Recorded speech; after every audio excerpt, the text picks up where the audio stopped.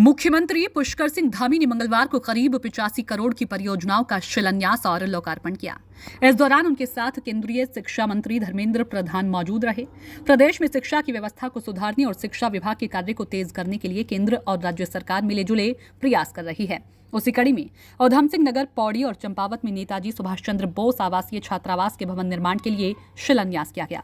वहीं प्रदेश की शिक्षा व्यवस्था को उच्च स्तरीय बनाने के लिए विद्या समीक्षा केंद्र का लोकार्पण भी किया।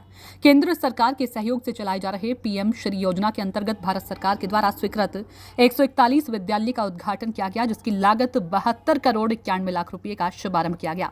आपको बता दें कि इस योजना के तहत पहली किश्त 18 करोड़ 23 लाख राज्य सरकार को केंद्र की तरफ से मिल चुकी है। कार्यक्रम के दौरान केंद्रीय मंत्री धर्मेंद्र प्रधान ने कहा कि केंद्र और राज्य सरकार के सहयोग से देश की शिक्षा व्यवस्था लगातार उच्च स्तरीय होती जा रही है। पीएम श्री योजना का लाभ लेने वाला उत्तराखंड देश का पहला राज्य बन चुका है। इस योजना के माध्यम से प्रदेश के 141 स्कूलों को मॉडर्न किया जाएगा, ताकि विकास के दौर में हमें प्रदेश के बच्चे आधुनिक हो सके। वहीं प्रदेश के शिक्षा मंत्री धन सिंह रावत ने केंद्र सरकार का भी धन्यवाद किया। धर्मेंद्र प्रधान जी, आज आपने बताया उत्तराखंड में हायर एजुकेशन स्कूल एजुकेशन कितना तेजी से आगे बढ़ा। गुजरात मॉडल को इम्प्लीमेंट करने वाला उत्तराखंड दूसरा राज्य। आज बहुत आनंद की क्षण है।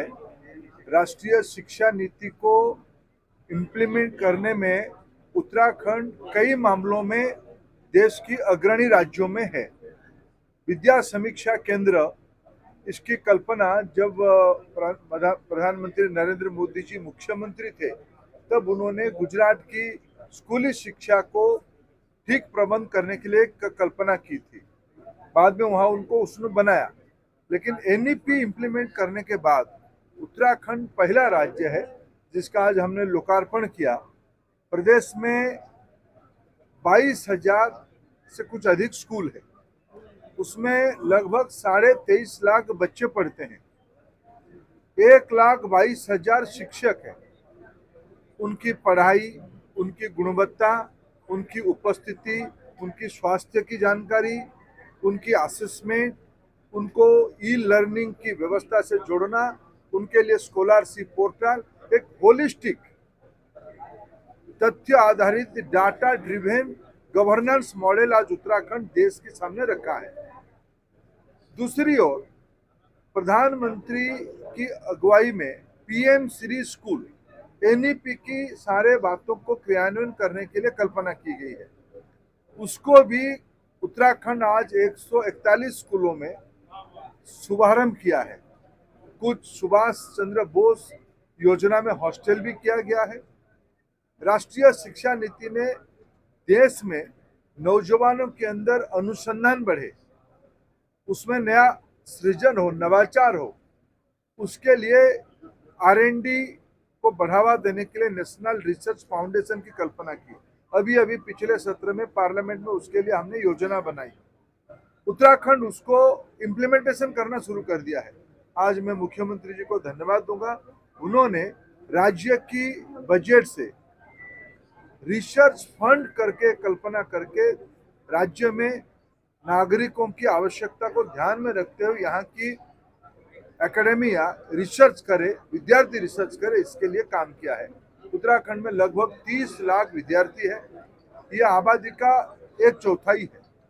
उत्तराखंड की पृष्ठभूमि रहा है ज्ञान के लिए, नॉलेज के लिए, उच्च शिक्षा के लिए, शिक्षा के लिए।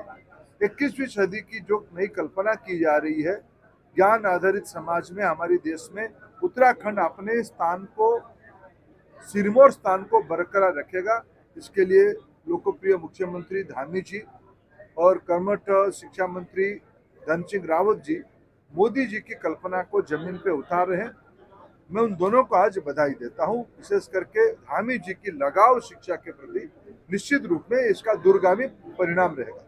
17 सितंबर को प्रधानमंत्री कैसे ये अलग होगी, क्योंकि अटल उत्कृष्ट स्कूल को लेकर कई तरह के सवाल जो शिक्षा से जुड़े हुए। देखिए, पीएम श्री स्कूल जो है वो भारत सरकार की योजना है और उसमें राज्य सरकारों को स्वतंत्रता दी गई है कि राज्य सरकार एक ब्लॉक में 2 स्कूलों को चयन करे और वो मानक भी भारत सरकार के तय है उसमें, और लगभग एक स्कूल पे 2 करोड़ रुपए खर्च किए जाए। कि देश का पहला राज्य उत्तराखंड जिसने कि पीएम श्री स्कूलों के लिए लॉन्चिंग कर दी है। 141 स्कूलों का चयन हो गया प्रथम चरण में।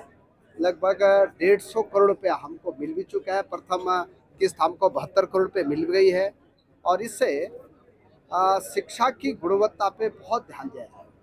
और मैं कह सकता हूँ कि मैं प्रधानमंत्री जी का भी, देश के शिक्षा मंत्री जी का बहुत बहुत आभार व्यक्त करना चाहता हूँ कि उन्होंने उत्तराखंड राज्य में ये स्कीम सबसे पहले लागू की।